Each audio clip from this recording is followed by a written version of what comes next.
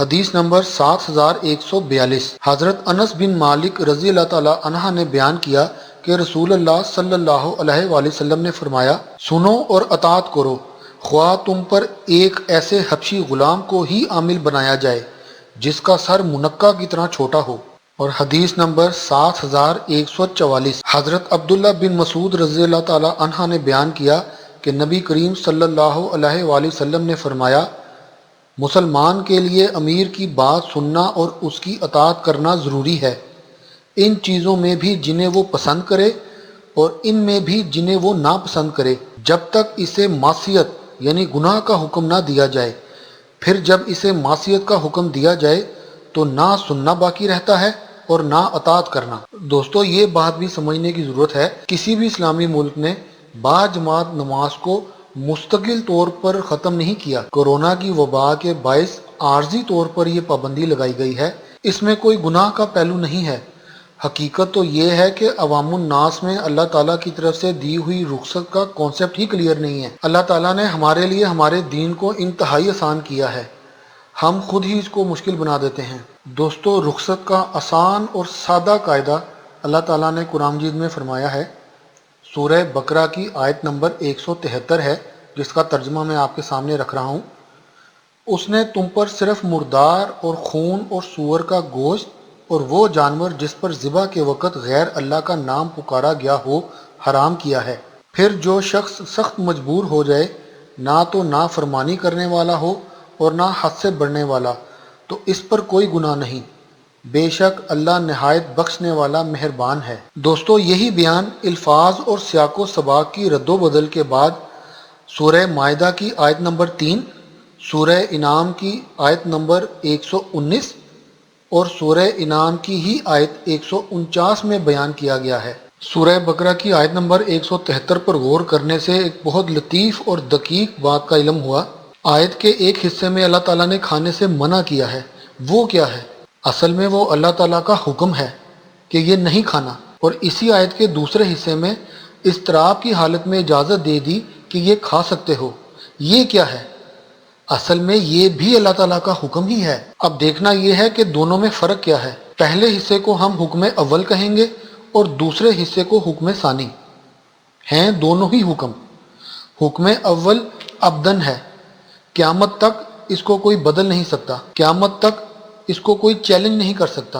اور حکم ثانی مشروط ہے، یعنی کنڈیشنل ہے، اس کے ساتھ شرط ہے کہ اضطراب کی حالت میں جان بچانے کے لیے آپ حرام چیز بھی کھا سکتے ہیں۔ رخصتوں کا ایک نہ ختم ہونے والا سلسلہ قیامت تک جاری رہے گا جو اللہ تعالیٰ نے انسان کو فراہم کر دیا ہے۔ یہ اب ہم پر منحصر ہے کہ ہم اللہ تعالیٰ کے دونوں احکام کو کس درجے اور کس حیثیت سے دیکھ رہے ہیں۔ ایسی ہی صورتحال وضو اور تیمم کی ہے۔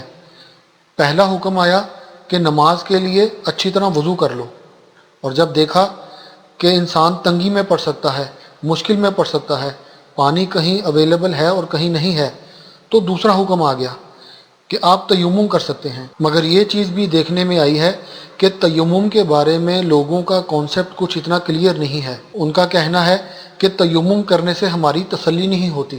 یہاں یہ بات سمجھنے کی ضرورت ہے کہ وضو اور تیمم کا حکم ہماری تسلی اور غیر تسلی کے لیے نہیں دیا گیا، بلکہ اللہ تعالیٰ نے انسان کی تنگی کو مد نظر رکھتے ہوئے آپ کو تیمم جیسی سہولت فراہم کی ہے۔ ایک بہت مشہور حدیث ہے، صحاح ستہ میں، تیمم کے بعد میں بڑی آسانی سے آپ کو مل سکتی ہے۔ حضرت محمد صلی اللہ علیہ وآلہ وسلم کے پاس دور قبائلی صحراؤں سے لوگ آئے تھے، اور انہوں نے حضور پاک صلی اللہ علیہ وسلم کے پاس اپنا مدعا بیان کیا کہ ہمارے پاس پانی کی قلت رہتی ہے، بعض اوقات تو ہمارے پینے کے لیے بھی نہیں ہوتا۔ تو ایسی صورت میں ہم میں بہت سارے لوگ جنبی بھی ہوتے ہیں اور حائضہ عورتیں بھی ہوتی ہیں، تو ہمارے لیے کیا حکم ہے؟ حضرت محمد صلی اللہ علیہ وآلہ وسلم نے فرمایا، اگر تمہیں 6 مہینے تک بھی پانی میسر نہ ہو تو تم تیمم کر سکتے ہو۔ دوستو ہم لوگوں کے ساتھ کیا مسئلہ ہے کہ ہم انٹرنیٹ کے پیکج تو بڑی آسانی سے استعمال کرتے ہیں، مگر اللہ تعالیٰ کے دیے ہوئے پیکج کو استعمال کرنے کے لیے ہم تذبذب میں پڑ جاتے ہیں۔ آخر میں ایک اور مثال پر ذرا غور کیجئے۔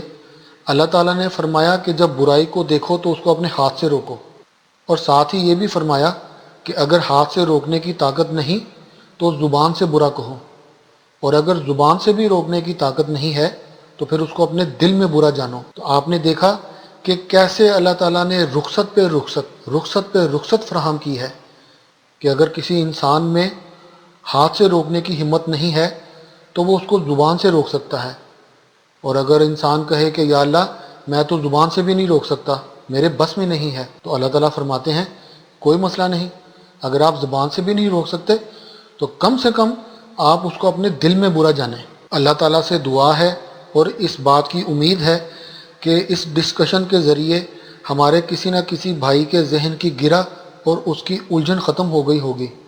اللہ تعالیٰ ہم سب کو اپنے احکام پر چلنے کی اور عمل کرنے کی توفیق عطا فرمائے، اور اس کے ساتھ ساتھ تنگی اور مشکل کی کیفیت میں اللہ تعالیٰ کی دی ہوئی رخصتوں پر عمل کرنے کی بھی توفیق عطا فرمائے، کیونکہ یہ بھی حکم میں ہی شامل ہیں۔ اللہ تعالیٰ ہم سب کو آسانیاں بانٹنے والا بنائے، آمین۔